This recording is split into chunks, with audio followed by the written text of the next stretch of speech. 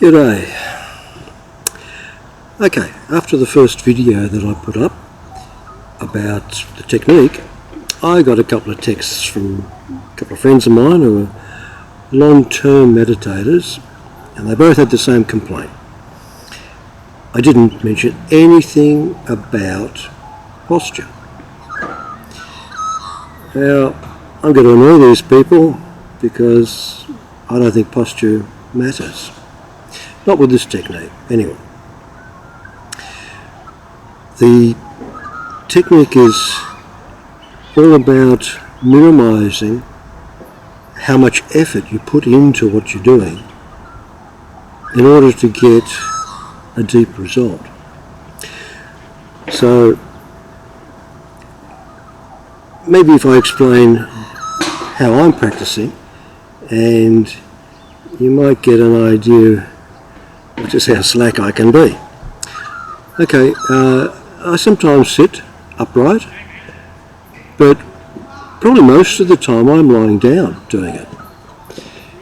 I like to have naps in the afternoon and siesta, and so I'll put my head down and I'll close my eyes and I'll relax and I'll stay awake, and in pretty short order I'm sound asleep. And my siestas run from maybe 45 minutes to an hour and a half. Okay, but when I wake up, I don't get up, I stay there, and I'm awake. And I'm awake, wide awake. So I've just got my eyes closed, I'm relaxing, and I'm wide awake. Okay, now what's worse, when you're lying still, comfortably but lying still, after a while you get a bit sore, you want to move, you roll over. Well, I roll over. I don't impose discomfort on myself, I just roll over. Yeah, but I keep doing what I'm doing, and I keep doing it until I've had enough and I feel like getting up, and that's my meditation session. Now, I'm also doing it when I go to sleep at night. Yeah, I drift off and fall asleep, don't get much done. When I wake up in the morning, straight into it, and I just lie there doing that until I'm ready to get up. And that can go for a short time or a long time, depending on if I've got to get up. Okay, so that doesn't sound like meditation to most people, right? Well, let me tell you what I've gotten from doing it this way. I'm a long-term meditator. I've been going at it for a long time. I've been doing this particular way of things for about 3 years, and I only just recently decided, well, yeah, I'm happy with it, and I'm going to start telling other people about it, promote it. Okay, so 3 years ago, for the first 6 months, what I found was I had a lot of spontaneous memories come up. Stuff that you don't even remember that you've forgotten. And most of it was to do with emotional loss and sadness. And it was quite vivid. A lot of different things.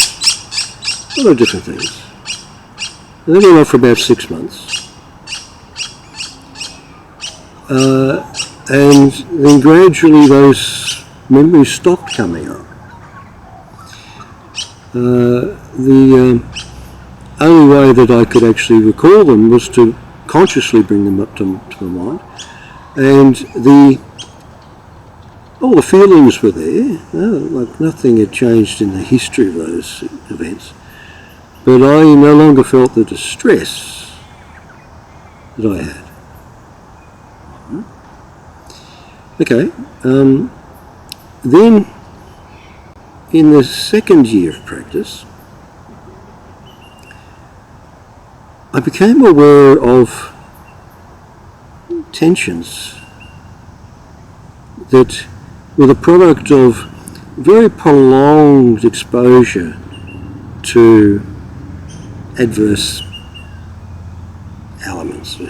Other people, they put a lot of pressure on me, and I wasn't really aware of the effect that it had until, I started to notice tensions which, because they were so long term, and we're going back a long time as well, like when I'm younger and less self-assertive and less able to deal with rough and tumble. But I'd become habituated to that tension. I didn't know it was there. Now, practicing in this way, those tensions started to become apparent to me, and because I started to notice them, I was able to relax them. And my general condition remained relaxed without those problems anymore. Things I didn't even know I had. Okay. Now, in the last year, I became kind of interested in intuition. Maybe you can relate to this, but I've noticed over the years that I get these odd thoughts come up. They sort of come out of nowhere, and I ignore them or think, oh no, that's not right, and don't act on them. And later on I think, oh geez, well, what do you know? Okay, so I started thinking, well, let's see if I can just be a bit more alive to these thoughts, and started. I've got mosquitoes, by the way. This is what this is going on. I started to think, well, let's explore intuition. Okay. And for a while I thought it was intuition, but it's not. It's not intuition. What those really strange, oddball thoughts are is stuff coming up from deep in the subconscious. And that's where I'm at now. I'm just trying to be alive to those thoughts, and I notice there's a characteristic. It might be different for other people, but for me what I'm finding is that there's a little hint of anxiety attached to these things because they're different. I mean, they involve, oh well, I'm going to do this, I'm going to do that, and those things are kind of outside of what my normal decisions are. So there's a little hint of anxiety attached to them, and I notice there's a moment of hesitation. Now, in the past, that hesitation has been enough for me to squash those thoughts and not pursue them, not investigate them, not test them, not look into them, not try to understand them, nothing. Now, what I realise in retrospect is that this is my deeper subconscious is now, I've got some hook onto it. I've got some ability to investigate it. And so I'm here to tell you that I'm getting deeper into myself as a process of understanding. Now, it's an exploration, and okay. Now, those kinds of results, that's why I'm confident about this technique, even though it seemingly breaks all of the rules. Right? Okay, now, to address the complaints of my friends, they're practicing the one-pointed techniques, which I did many years ago, and you need to adopt a disciplined posture as part of those techniques.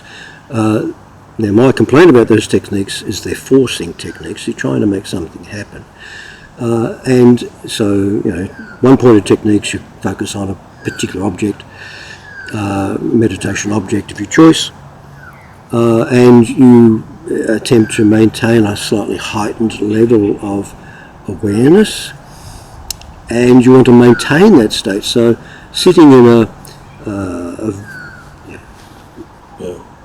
posture and maintaining that, and the effort that you put into that, is part and parcel of trying to maintain this heightened level of awareness for lengthy periods of time.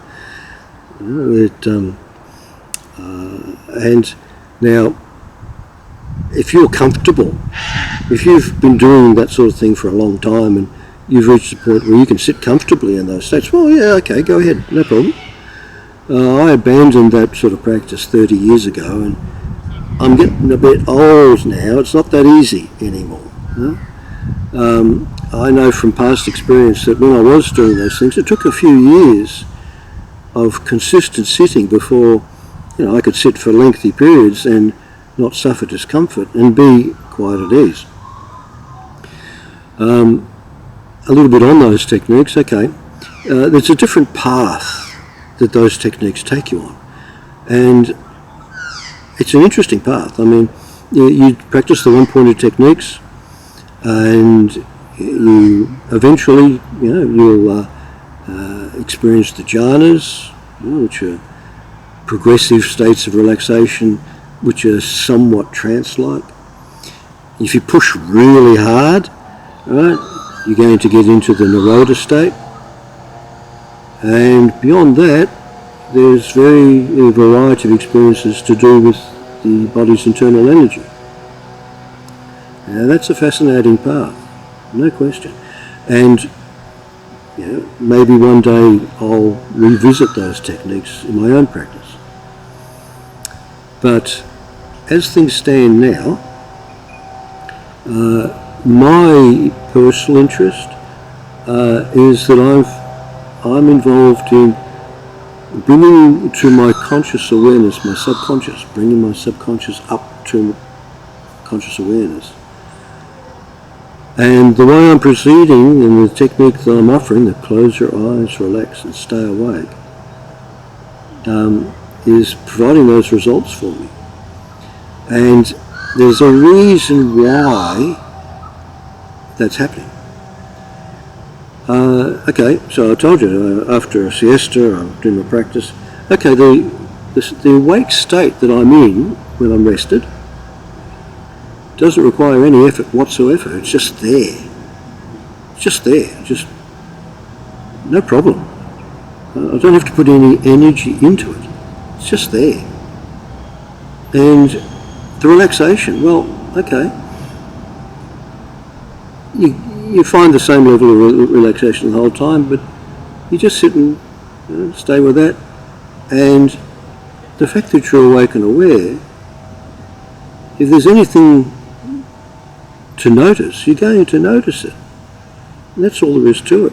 It's just pretty simple and straightforward. So I did have another talk prepared. I was going to talk about the psychology of meditation, in particular the emotions. So that's going to be now the next talk. So until then, see you later.